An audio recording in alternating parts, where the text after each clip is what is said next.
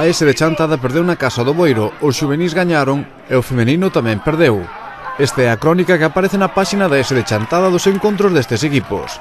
A SD caeu en Boiro por 1-0 pese a xogar 40 minutos en superioridade de 10 contra 8 xogadores. Os chantadinos desperdiciaron un penalti no desconto do primeiro tempo. Nada máis comezar o encontro, Chantada tería unha dobre ocasión. Primeiro cun disparo de Óscar Méndez que parou o meta e logo no rexeite de Adri que volveu parar o porteiro. Durante o primeiro tempo o encontro estivo igualado, con chegadas en ambas áreas, podendo adiantarse calquer equipo. E foi o Boiro o que o fixo cando ia media hora de xogo tras unha boa xogada persoal dun xogador local que cedeu atrás no pase da morte para que un dianteiro empuxara ao placer. No minuto 37 chegaría a primeira expulsión. O árbitro sinalou vermella directa rigurosa a Ales por unha entrada sobre un xogador local. E no minuto 45 chegou unha xogada que marcaría o resto do encontro. Penalti dubidoso e expulsión dun xogador local. Nas protestas tamén serían expulsados outro xogador e o adestrador do Boiro. O lanzamento do penalti de Rubén detivo o meta local. Tras a reanudación aos 5 minutos, o Boiro quedaríase con 8 por un dobre cartón riguroso.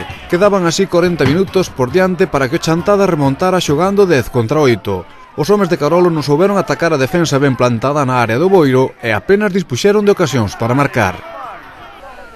Os que si gañaron foron os xuvenís. O A derrotou o líder por 2-1. Os de Óscar Méndez foron ao descanso 2-0 tras unha boa primeira metade, pero un gol visitante no segundo tempo puxo a incertidume no marcador ata o final.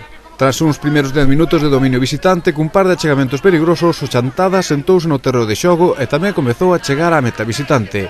Logo dun par de ocasións chegaría 1-0 tras un saque de bande de Fornas cabeceado por Traste. Este gol deu confianza aos chantadinos que seguiron atacando en busca de outro gol.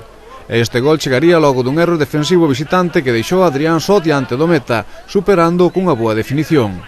Na segunda metade o encontro seguiu igual ata que no minuto 60 chegou 2-1 cun lanzamento lonxano tras un despexe á saída dun córner. Este gol deu alas aos visitantes que se foron ao ataque en busca da igualada e tiveron algunha ocasión para facelo, pero erraron e o marcador non se movería ata o final do encontro. Pola súa banda, o Xuvenil B prolongou o seu bo momento de xogo e resultados derrotando o Ponteurense B por 3-1. Os de Rodrigo foron mellores e leváronse merecidamente os 3 puntos.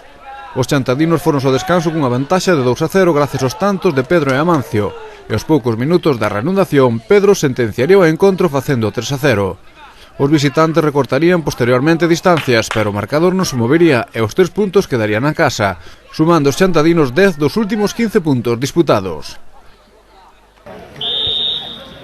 Por último, o femenino perdeu por 1-6 nun encontro no que o marcador non debeu ser tan abultado. As chantadinas tiñan en fronte a un gran equipo, pero aínda así realizaron un bo encontro e plantaron cara en todo momento. O descanso chegouse con 0-2 e na segunda metade sentenciaron pronto as visitantes. Aínda así as rapazas de Rigui non deixaron de traballar ata o final e conseguiron un gol nos instantes finais despois de que Paula rematara a saída dunha falta botada por Sara e o marcador final fora de 1-6.